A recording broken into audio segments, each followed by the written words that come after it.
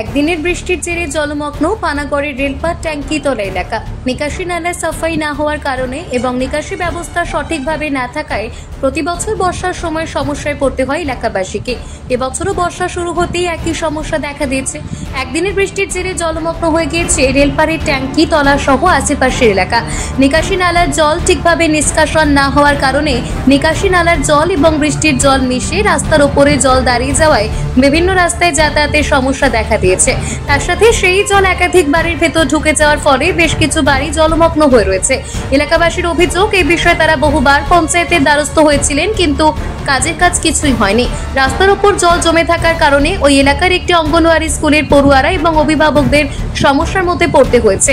দ্রুত নিকাশি ব্যবস্থা সঠিক করার এবং সমস্ত নিকাশি নালা পরিষ্কার করার দাবি জানিয়েছেন এলাকার মানুষ।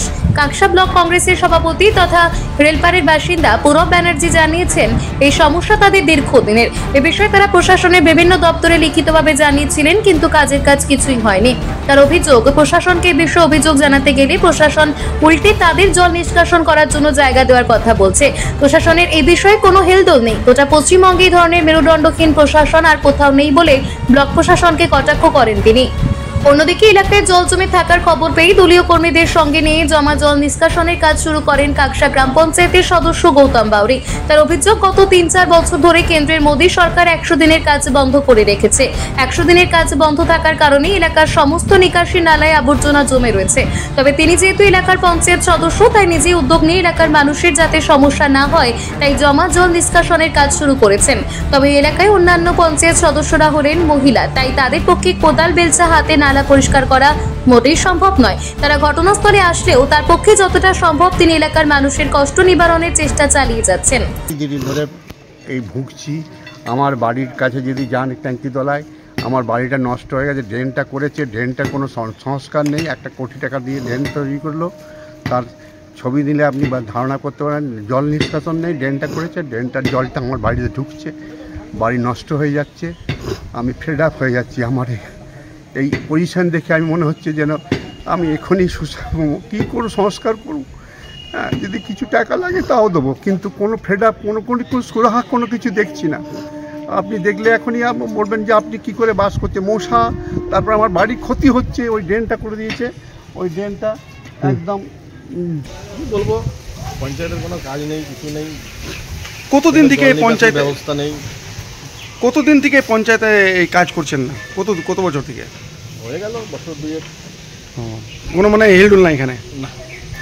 দেখা যায় তার পাশে ড্রেন হচ্ছে আর এইদিকে ওইদিকে ড্রেন হচ্ছে। এই জলটা কি ওইদিকে যাওয়ার আশা আছে? কী করে যাবে? এই দিক থেকে না ড্রেন হলে যাবে না। কি বলবেন প্রশাসন, কি বলবেন? কী বলবো, প্রশাসন দেখছে না, সবই দেখছে। অনেকবার জানানো হয়েছে। মানে আমরা বিডিওকে বারবার বলে এসেছি, কাকসা পঞ্চায়েতে বারবার বলে এসেছি, তাদের কোনো হেলদোল নাই। এই যে রেলপার এবং সাউদাপল্লী সমগ্র এরিয়া, এই সমগ্র এরিয়ায় জল নিকাশের ব্যবস্থা বলে কিছুই নাই। এরা ড্রেন করে দিয়েছে, রাস্তা করে দিয়েছে, ড্রেন অপওয়ার্ড হয়ে গিয়েছে, জল বেরোচ্ছে না। পঞ্চায়েতে বা আমাদের পঞ্চায়েত সমিতির নেতা যারা আছেন, তৃণমূলের যারা প্রশাসক, তাদেরকে বলতে গেলে বলছে জল বার করার রাস্তা দিয়ে আমরা জল বার করে দেবো। মানে অদ্ভুত প্রশাসন। এরকম মেরুদণ্ডহীন প্রশাসন মনে হয় সারা পৃথিবীতে কোথাও নয়। আজকে সামান্য একদিনের বৃষ্টিতে ছোট বাচ্চারা স্কুল যেতে পারছে না, বয়স্ক ভদ্রমহিলা মারা পুজোর জন্য বেরোচ্ছে, তারা বেরোতে পারছে না।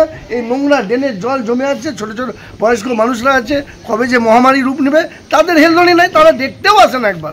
বাচ্চাগুলো অসুস্থ হবে, মা আবার যাবে, তাদের কি হয়তো দিদি তো টাকা দিয়ে দেবে, হয়তো টাকা দিয়ে দেবে, টাকা দিয়ে দিলাম তাদের ক্ষতিপূরণ।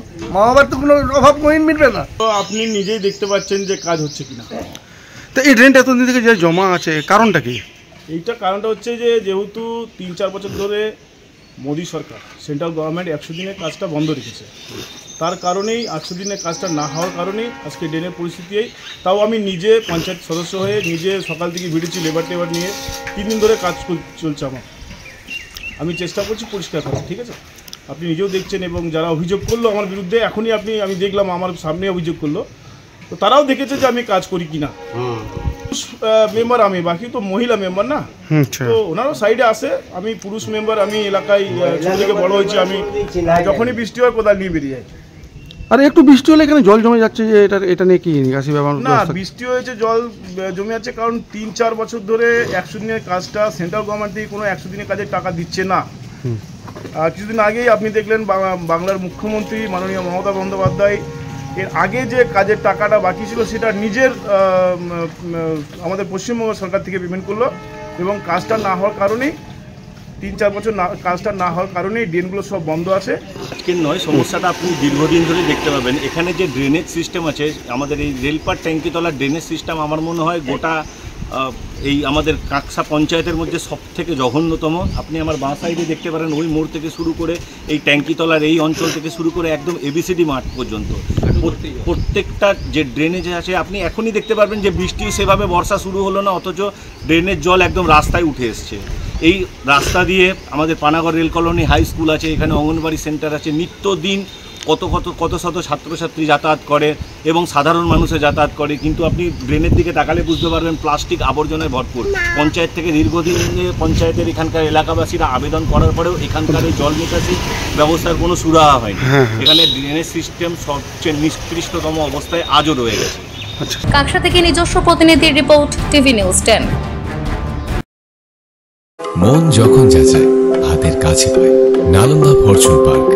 দরজার সামনে জাতীয় সড়ক, জানলা খুললেই এয়ারপোর্ট, পা বাড়ালে রেলওয়ে স্টেশন, ইচ্ছে হলেই পছন্দের বাজার, মিনিটের মধ্যে স্কুল, কলেজ, হাসপাতাল। নালন্দা ফরচুন পার্ক, গোপাল মাঠ, দুর্গাপুর, পশ্চিম বর্ধমান। দক্ষিণবঙ্গের বেস্ট লোকেশনে হাতের মুঠোয় উন্নত জীবনযাপন। নালন্দা ফরচুন পার্ক, আপনার একান্ত আপন বাড়ি।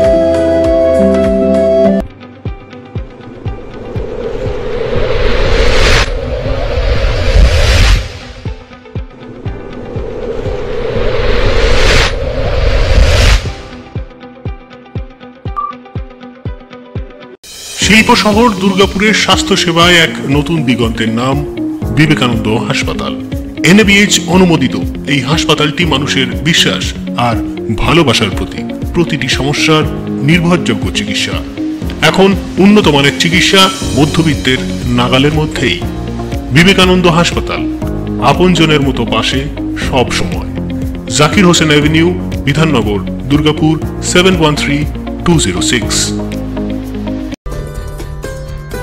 সহজেই স্বাস্থ্যসাথী কার্ডের মাধ্যমে সুচিকিৎসার একমাত্র প্রতিষ্ঠান সিটিজেন হসপিটাল, বিধাননগর, দুর্গাপুর।